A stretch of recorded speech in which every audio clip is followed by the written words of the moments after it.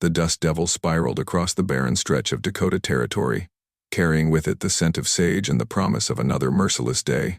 10-year-old Mercy Sullivan pressed her back against the weathered planks of the abandoned trading post, her fingers clutching the last piece of hardtack bread she'd managed to salvage from the wagon wreckage 3 days prior. The sun beat down relentlessly, turning her auburn hair to copper fire beneath her tattered bonnet. She had watched the Lakota riders approach from the east that morning, their ponies' hooves drumming a rhythm against the hardpan earth that made her small heart race with both terror and curious fascination. The stories the adults told around campfires had painted these people as fierce warriors, painted faces streaked with war paint, feathers dancing in wind-whipped hair. But as they drew closer, Mercy saw something different in their approach. A measured caution, not the wild charge of raiders she'd been taught to fear. The lead rider, a man whose weathered face spoke of countless seasons beneath the prairie sky, raised his hand in what appeared to be a peaceful gesture. His long black hair was braided with small bones and beads that caught the morning light, and his dark eyes held a depth that seemed to pierce through the shimmering heat waves. Behind him rode others, men, women, and children, whose faces showed the strain of long travel and sparse rations. Mercy's stomach cramped with hunger, reminding her of her own desperate situation. The wagon train that had carried her family west had been scattered by a sudden prairie fire 5 days ago. In the chaos of smoke and screaming horses, she had become separated from her aunt and uncle, the only family she had left after her parents' death from cholera the previous winter. Now, alone and frightened, she faced the approaching strangers with nothing but her small portion of bread and the flickering hope that kindness might still exist in this harsh wilderness. The riders stopped their ponies just beyond the trading post's shadow, close enough that Mercy could see the intricate beadwork on their clothing and the exhaustion etched into their faces.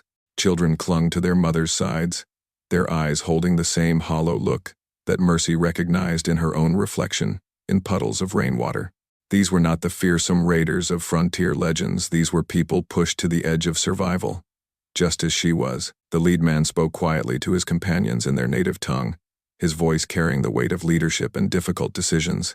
Mercy understood none of the words, but she recognized the tone, the same careful consideration she had heard in her uncle's voice when he spoke of rationing supplies for the long journey west. As the man's gaze fell upon her, she saw not the cold calculation of a predator, but the gentle concern she remembered from her father's eyes before the sickness took him. The silence stretched between them like a taut rope, each side measuring the other with careful eyes. Mercy felt her heart hammering against her ribs as the lead rider slowly dismounted, his movements deliberate and non-threatening. His moccasined feet made barely a whisper against the packed earth as he approached, stopping well outside what might be considered striking distance. He spoke then, his English heavily accented but clear enough for her to understand. "Little one, you are alone." It was not a question but a statement of fact, spoken with the kind of gentle authority that reminded Mercy achingly of her father. She nodded, unable to trust her voice past the tightness in her throat. "Your people, where are they?" he asked, settling down onto his haunches so that his eyes were level with hers. The gesture, so naturally paternal, caused something inside Mercy to crack open like an eggshell. "Gone," she whispered, the word carrying the weight of all her losses. "The fire. I got lost. I've been waiting for someone to come back for me." Her voice broke on the last words, and she pressed her lips together hard to keep from crying. The man's expression softened further, and he turned to speak quietly with his people. Mercy caught fragments of their discussion, urgent whispers about provisions, about the risks of taking in a white child, about the soldiers who pursued them. She understood enough to know that her presence complicated their already precarious situation. One of the women, her face gaunt with hunger but her eyes kind, dismounted and approached slowly. She carried a small child on her hip, a boy no more than 5 years old whose ribs showed clearly through his thin skin. The woman knelt beside the leader, her gaze moving between Mercy and her own starving son. "We have little food," the man said finally, his voice heavy with the weight of impossible choices. "The soldiers burned our winter supplies. We travel to find relatives in the north, but the journey is long, and we do not know if we will all survive it." Mercy looked at the assembled group, perhaps 20 souls in total, including elderly grandparents whose bones showed sharp beneath their clothing, and children whose eyes held the dull sheen of prolonged hunger. She thought of the stories she'd heard about Indian raids, about the violence and brutality that supposedly defined these people. But all she saw before her were families struggling against the same harsh realities that had claimed her own loved ones. Without fully understanding why, Mercy reached into her small bundle and withdrew her precious piece of hardtack bread.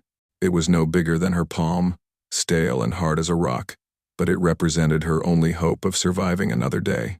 The assembled group watched in silence as she broke the bread carefully in half, then in half again, creating 4 small pieces. "I know it's not much," she said, her voice barely above a whisper, "but maybe we could share it." She held out the largest piece toward the woman with the starving child, her hands trembling with both fear and an inexplicable certainty that this was the right thing to do. The woman's eyes widened in shock, and she spoke rapidly to the others in their native language. Mercy couldn't understand the words, but the tone was unmistakable.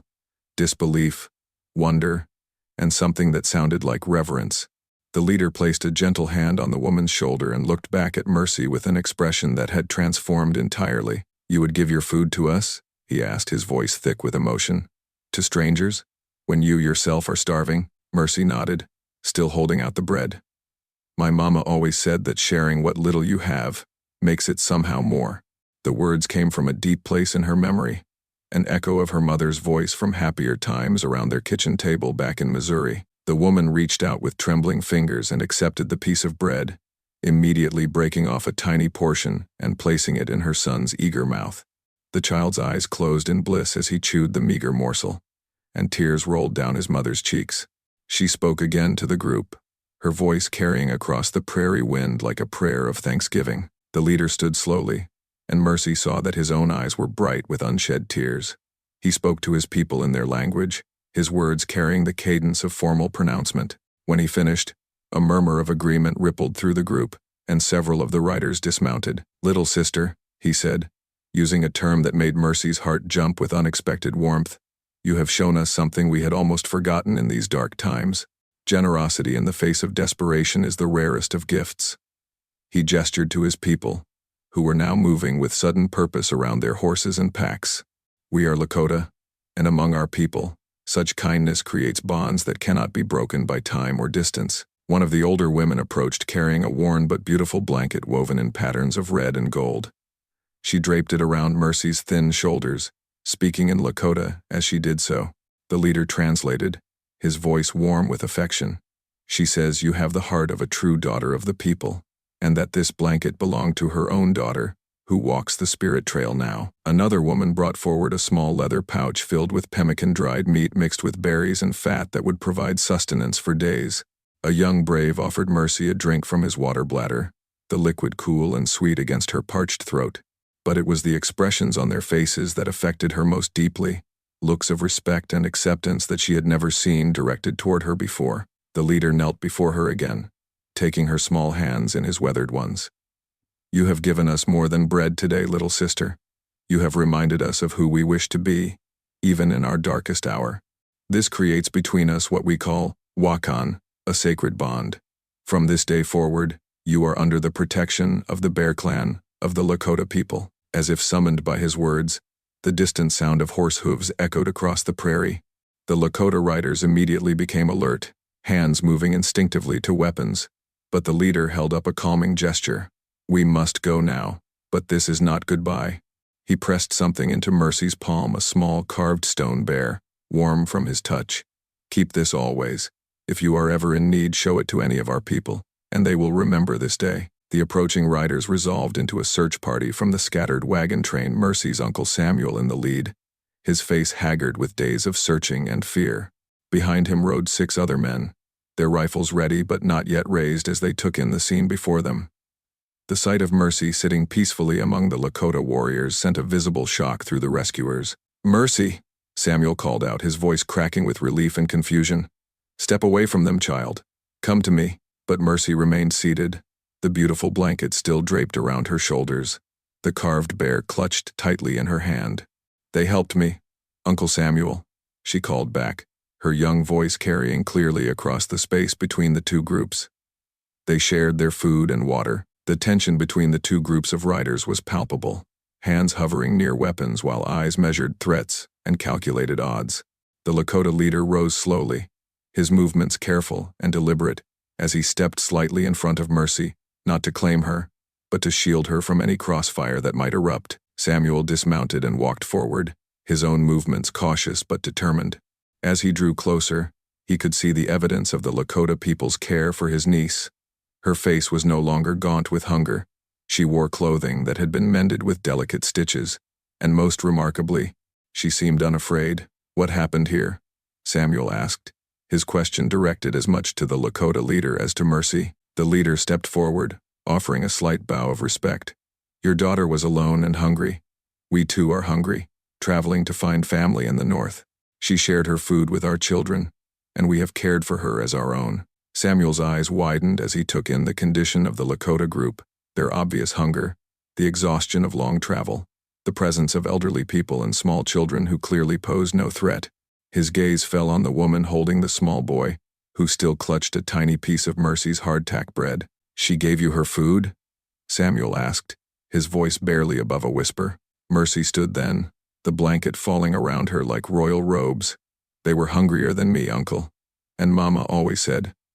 Her voice trailed off, but Samuel finished the familiar phrase, "Sharing what little you have makes it somehow more." His eyes filled with tears as he recognized his sister's words, his sister's values living on in this remarkable child. He looked around at his companions, men he had ridden with for months, and saw his own confusion and shame reflected in their faces. One of the men, a grizzled frontiersman named Jake Morrison, lowered his rifle completely. "I'll be damned," he muttered, "begging your pardon for the language, but if that ain't something." He reached into his saddlebags and pulled out a package of dried beef, stepping forward to offer it to the woman with the small child. The gesture seemed to break a dam of human decency that had been held back by fear and prejudice. Other men began reaching into their supplies, offering what they could spare to the hungry Lakota families.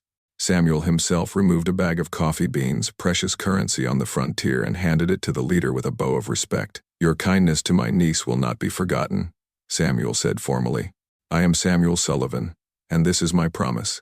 If ever you or your people have need, and it is within my power to help, you need only ask." The exchange of gifts continued for several minutes, watched over by a sun that seemed to approve of this unexpected gathering of enemies turned friends. The Lakota leader introduced himself as Chief Many Horses, and as the formal courtesies were observed, Mercy found herself caught between two worlds, the familiar safety of her uncle's protection and the profound sense of belonging she had discovered among the Lakota people. "Uncle," she said quietly, tugging at Samuel's sleeve, "they saved my life. Not just from starving, but..." She struggled to find words for the deeper salvation she had experienced. "They showed me that good people can look different from what we expected." Samuel knelt beside his niece, studying her face with the attention of a man who had thought he'd lost her forever. In her eyes, he saw a wisdom that hadn't been there before, the kind of understanding that came only through profound experience. "What do you want to do, little one?" he asked gently. Mercy looked between the two groups of men, each representing a different path for her future. "I want to go with you," she said finally, "but I don't want to forget them. I want to remember what I learned here." Chief Many Horses approached, carrying something in his weathered hands. "Little sister," he said, "you will always be welcome among the Bear Clan, but your path lies with your blood family. However, what you have given us today will be remembered in our stories for generations to come." He held out a beautiful necklace made of carved beads and small silver ornaments. "This belonged to my grandmother, and her grandmother before her. It is our way of saying that some bonds transcend the boundaries others would build between peoples." As he placed the necklace around Mercy's neck, the old woman who had given her the blanket approached with tears streaming down her face. She spoke in rapid Lakota, and Many Horses translated with visible emotion. "She says you have the spirit of her lost daughter, and that the spirits themselves guided you to us in our hour of need. She asks that you remember us not as strangers you met in the wilderness, but as family who will always be waiting for you." The moment was interrupted by Jake Morrison, who had been scanning the horizon with experienced eyes. Dust cloud approaching from the south, he announced grimly. "Military, by the look of it." The transformation in both groups was immediate. The Lakota riders moved with practiced efficiency toward their horses, while Samuel's men instinctively formed a protective formation around Mercy and the non-combatants. But it was Chief Many Horses who spoke the words that changed everything. "We will not run from them this time," he declared, his voice carrying across both groups. Today we have been reminded of what is possible between peoples when fear gives way to understanding. I will speak with their leader. Samuel stepped forward, his hand resting on his rifle but not drawing it. I'll stand with you, he said simply. A man who shows kindness to children deserves support when trouble comes calling. The approaching cavalry unit created a cloud of dust that shimmered in the afternoon heat like a mirage of potential violence. But as they drew closer, Mercy could see that their formation was orderly rather than aggressive, and the officer in the lead rode with the bearing of a man conducting official business rather than pursuing raiders. Captain William Hayes of the 7th Cavalry drew his unit to a halt 50 yards from the mixed gathering, his experienced eyes taking in the unusual scene before him. Instead of the hostile confrontation he had expected to find, he saw white settlers and Lakota families sharing food and conversation, with a small girl wearing traditional Native American jewelry standing at the center of it all. "This is unexpected," Captain Hayes murmured to his sergeant, a career soldier named Patrick O'Brien who had seen enough frontier violence to last several lifetimes. "Indeed it is, sir," O'Brien replied. "That's not what headquarters described when they sent us to investigate reports of missing civilians." Captain Hayes dismounted and approached the mixed group with careful steps, his hand resting casually on his saber hilt but his posture non-threatening. Behind him, his 20-man cavalry unit remained mounted but alert, their horses stamping impatiently in the prairie heat. The captain was a career soldier, weathered by years of frontier duty, but his eyes held the intelligence of a man who understood that not every situation required military solutions. "Gentlemen," he addressed both Samuel and Chief Many Horses, "I'm Captain Hayes, 7th Cavalry. We received reports of missing civilians from the Morrison wagon train, and," he paused, taking in the peaceful scene before him, "this is not what I expected to find." Samuel stepped forward, keeping his movements deliberate and respectful. "Captain, I'm Samuel Sullivan. This is my niece, Mercy, who was indeed missing from our wagon train."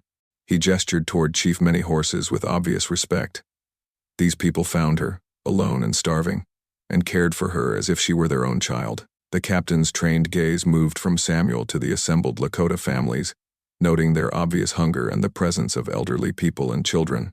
This was clearly not a war party, but rather a group of displaced families struggling to survive. "Chief," he said, addressing Many Horses directly, "may I ask your business in this territory?" Many Horses stepped forward with the dignity of a man accustomed to leadership, even in difficult circumstances. "Captain, I am Many Horses of the Bear Clan. We travel north to join relatives on the reservation, but the journey is long and supplies are short. We mean no harm to any settlers." Mercy, who had been listening to the exchange with the intensity of a child, who understood that adult conversations often determined her fate, suddenly stepped between the two leaders. "Captain Hayes," she said, her young voice carrying surprising authority, "they saved my life. They shared their food when they were hungrier than I was, and they protected me like family." The captain knelt to Mercy's eye level, noting the traditional Lakota necklace she wore, and the obvious care that had been taken with her appearance. "Is that so, young lady? And how do you feel about these people now?" "I think," Mercy said carefully, choosing her words with the precision of someone much older, "that maybe the stories we tell about each other aren't always true. Maybe people are just people, trying to take care of their families and do the right thing." Captain Hayes felt something shift in his chest at the girl's words, a recognition of truth that cut through years of military protocol and cultural prejudice. He stood and looked around at the assembled group, noting how the white settlers had shared their supplies with the hungry Lakota families, how the two groups had naturally formed a protective circle around the children and elderly from both communities. Sergeant O'Brien approached quietly, speaking in a voice meant only for his captain's ears. "Sir, if I may, this doesn't look like the kind of situation that requires military intervention." The captain nodded slowly. "No, Sergeant, it doesn't. He raised his voice to address both groups. "It seems to me that what we have here is a group of decent people who've found a way to help each other in difficult circumstances." He paused, considering his next words carefully. "Chief Many Horses, are you and your people in immediate need of assistance?" The chief's expression revealed his surprise at the question. In his experience, cavalry officers asked about surrender terms, not about providing aid. "Captain, we would be grateful for any help you could provide. Our children are hungry, and the elderly struggle with the long journey ahead." Captain Hayes turned to Samuel. "Mr. Sullivan, I understand your wagon train is reforming at Fort Laramie. Would it be possible for Chief Many Horses and his people to travel with your group? It would provide them with protection and ensure safe passage to their destination. The suggestion sent a murmur of surprise through both the cavalry unit and the assembled civilians. This was not the usual protocol for dealing with displaced Native Americans. But then again, nothing about this situation followed the usual patterns. Samuel looked at his own men, seeing the transformation that had taken place in their attitudes over the past hour.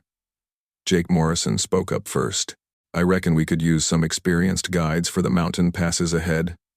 These folks know the territory better than any of us. The next morning dawned clear and cold, with frost painting the prairie grass in silver patterns that would disappear with the first touch of sunlight. The combined camp stirred to life as an unlikely community: white settlers, Lakota families, and cavalry soldiers prepared for the day's journey toward Fort Laramie. Mercy woke beneath the beautiful blanket that had become her most treasured possession, the carved bear clutched in her palm and the ancestral necklace cool against her throat. Captain Hayes had spent much of the night in quiet conversation with Chief Many Horses, learning about the band's displacement from their traditional lands and their desperate journey toward relatives who might provide shelter for the coming winter. The chief in turn had listened to the captain's accounts of his own struggles to balance military duty with basic human decency in an increasingly complex frontier situation. "Captain," Many Horses had said as they shared coffee around the dying campfire, "in all my dealings with your soldiers, I have never encountered one who asked first about our needs rather than our compliance.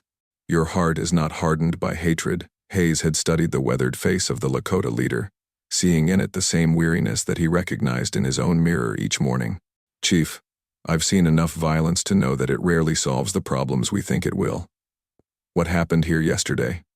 It reminds me why I became a soldier in the first place." Now, as the sun climbed higher and the camp prepared to move, Mercy found herself at the center of preparations that felt more like a celebration than a military operation. The Lakota women had shown the settler women how to identify edible prairie plants, while their men shared knowledge of water sources and safe camping spots along the trail ahead. The cavalry soldiers, initially skeptical of the arrangement, had gradually warmed to their unexpected traveling companions. Sergeant O'Brien approached Captain Hayes as the final preparations were being made. "Sir, I have to say, this is the most peaceful operation I've been part of in 15 years of frontier duty." He gestured toward a group where Lakota children and settler children were playing together, their laughter carrying across the prairie wind. "Makes a man think about what we're really fighting for out here." The journey toward Fort Laramie took on an almost festive quality as the diverse group found ways to share the burdens and joys of trail life.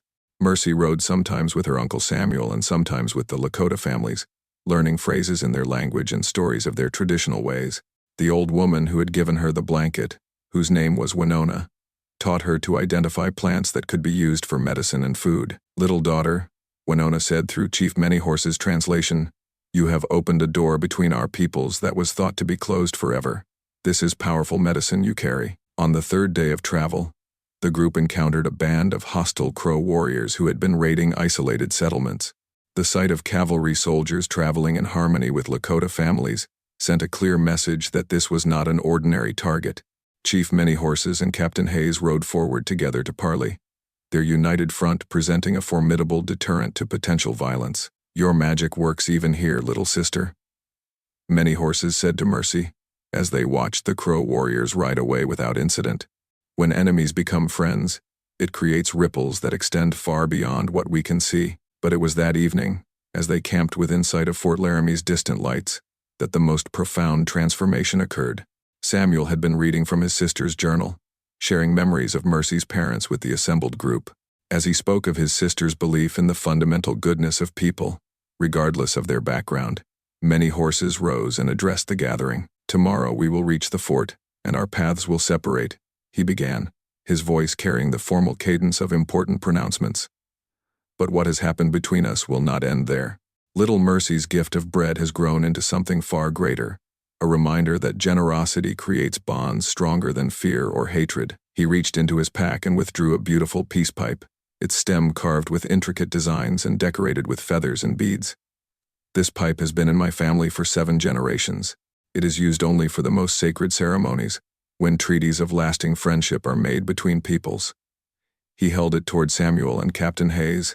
"I offer it now, to seal the bond that a child's kindness has created between us." The pipe ceremony took place under a canopy of stars that seemed to approve of the unlikely gathering below. Captain Hayes found himself participating in a ritual that would have been unthinkable under his military orders, yet felt more right than anything he had done in years of frontier duty.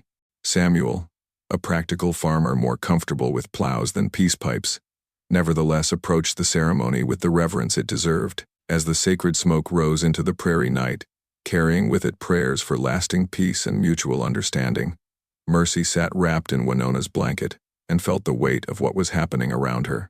She was too young to fully understand the political implications of what she had set in motion, but she could feel the profound shift in the hearts of the adults around her. "What we do here tonight," Chief Many Horses intoned as the pipe passed from hand to hand, "we do in the presence of the Great Spirit and under the witness of the stars. Let it be known that the Bear Clan of the Lakota people and the friends they have found in Samuel Sullivan and Captain William Hayes are bound by more than words. We are bound by the sacred act of sharing sustenance with strangers." Captain Hayes accepted the pipe with hands that trembled slightly, not from fear but from the magnitude of the moment.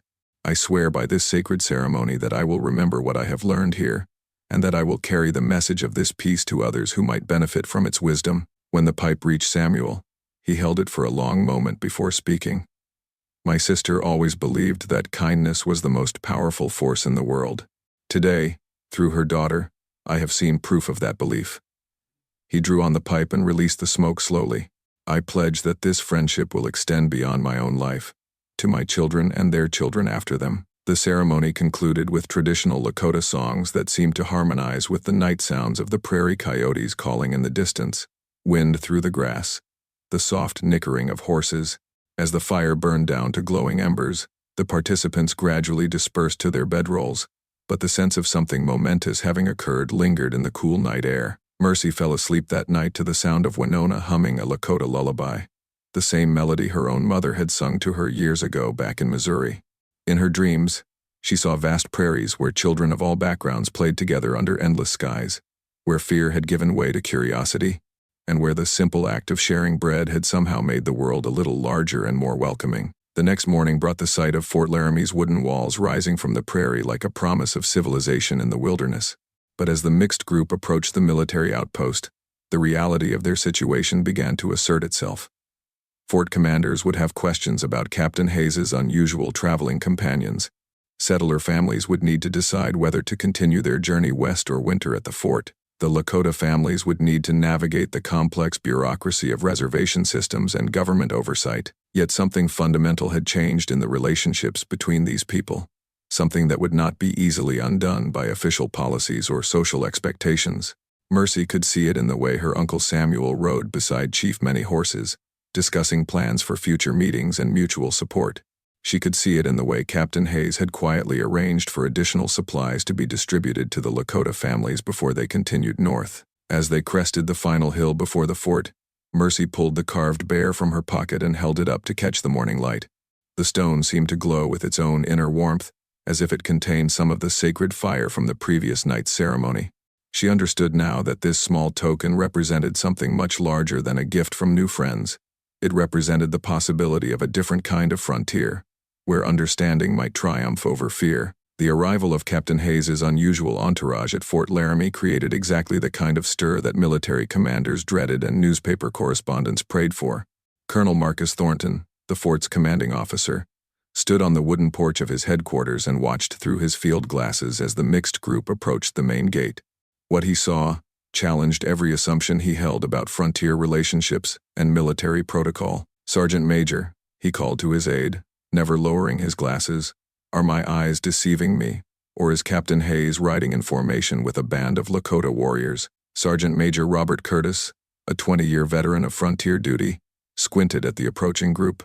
"Sir, it appears so, and unless I'm much mistaken, those settlers are sharing their wagons with Indian families." Inside the fort, word of the unusual arrival spread quickly through the garrison.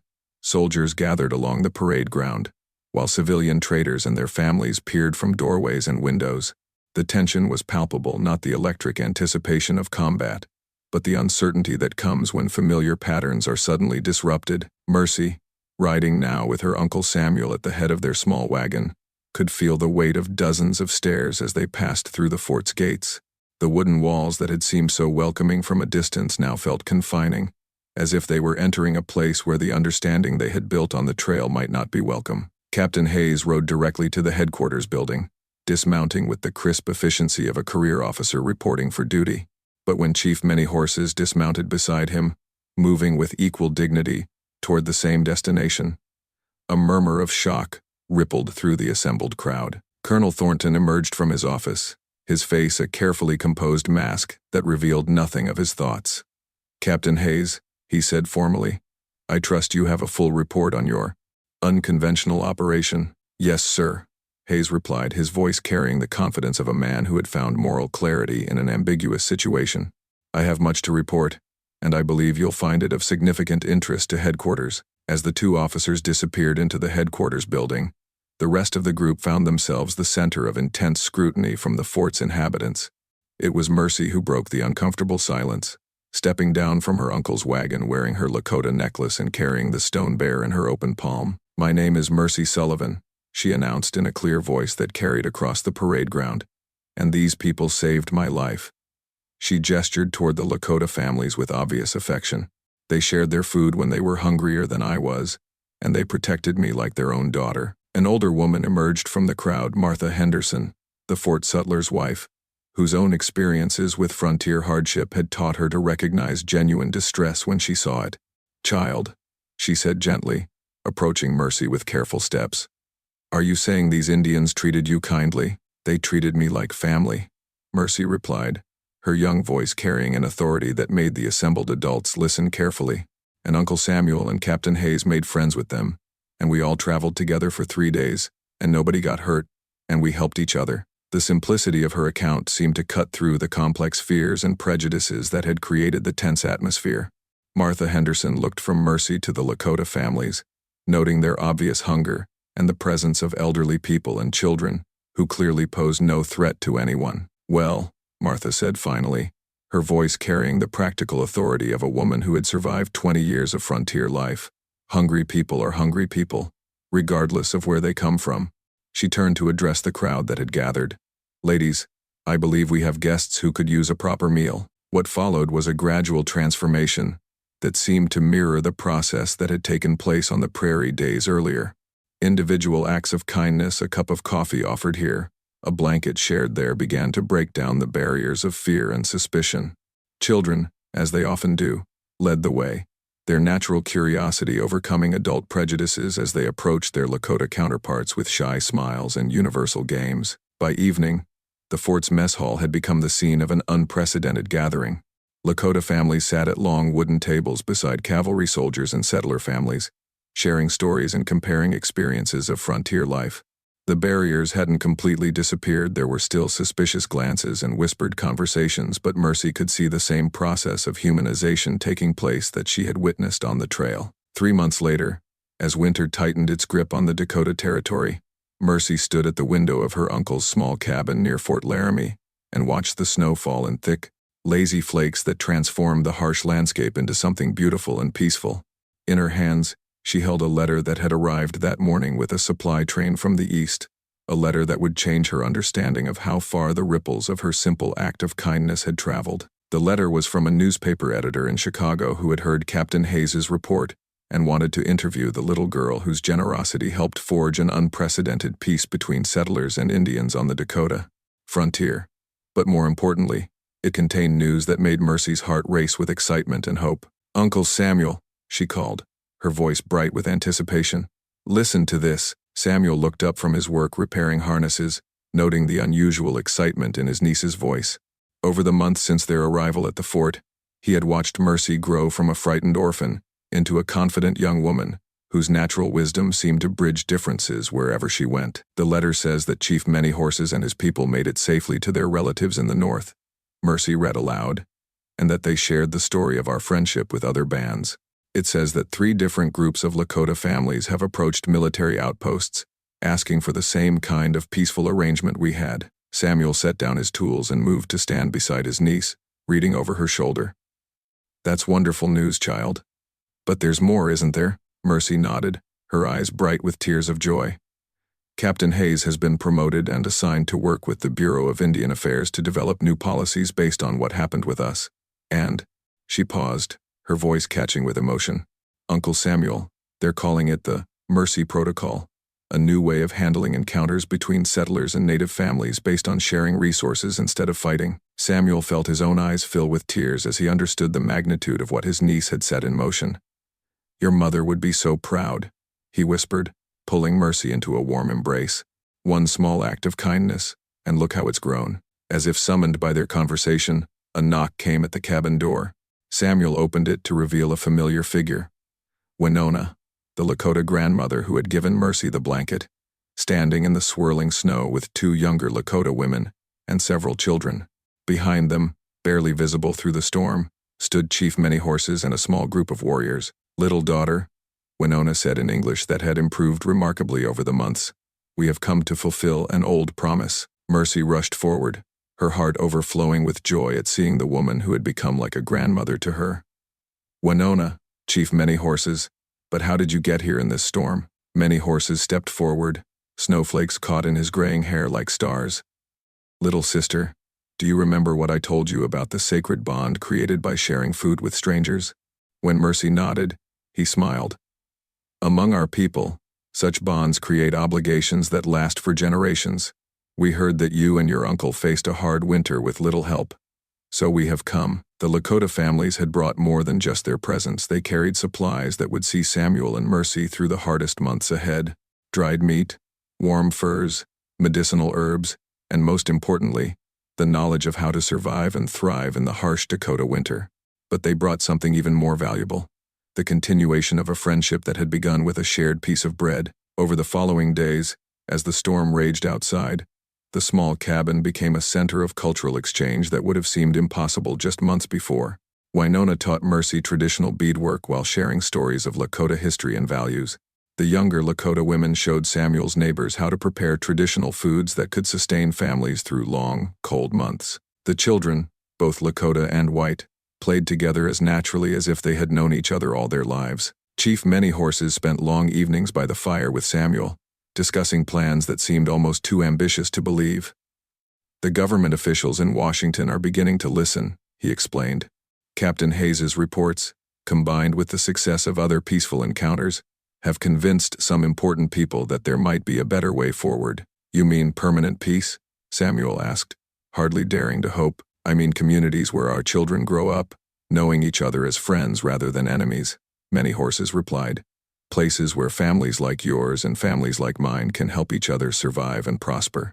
Your niece has shown us that such things are possible. On the last night before the Lakota families continued their journey, Mercy stood outside in the clear, cold air, looking up at stars that seemed close enough to touch. The carved bear was warm in her palm, and the ancestral necklace felt like a tangible connection to something larger than herself. She understood now that the simple act of sharing her bread had been like dropping a stone into still water. The ripples had spread far beyond anything she could have imagined. Chief Many Horses joined her under the star-filled sky, his breath visible in the frigid air. Little sister, do you understand what you have accomplished? Mercy considered the question carefully. I think, she said finally, I've learned that when you're kind to people, even when you're scared or different from them, it makes something new possible. Something that wasn't there before. Yes, Many Horses agreed, his voice filled with quiet pride. You have discovered that generosity is not about having enough to give away. It is about recognizing that we all have something to offer each other.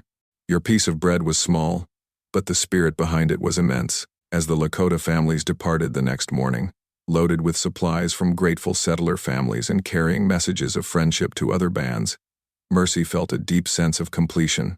She had lost her parents, been separated from her original wagon train, and faced starvation alone in the wilderness.